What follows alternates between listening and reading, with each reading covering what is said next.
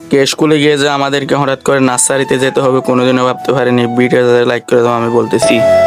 তো hello bra, আসসালামু আলাইকুম, সবাইকে গুড মর্নিং। তোমরা সবাই কেমন আছো? আশা করি ভালো আছো। তো আজকে হচ্ছে আমার শেষ পরীক্ষা, তাই আমি হচ্ছে পরীক্ষা দিতে যাওয়ার জন্য সকাল সকাল বাইরে হলাম। দেন তারপর হচ্ছে রাস্তায় আসতে দেখি এত পরিমাণ যে বৃষ্টি চলে আসছে, কি আর করা, আমি হচ্ছে এখন ছাতা নিয়ে চলে আসছি হচ্ছে পরীক্ষা দেওয়ার জন্য। দেন তারপর হচ্ছে কিছুক্ষণের মধ্যে আমি স্কুলে চলে আসি। স্কুলের মধ্যে যেহেতু ভিডিও করা এলাও নয়, তাই আমি এখানে ভিডিও করতে পারি নাই।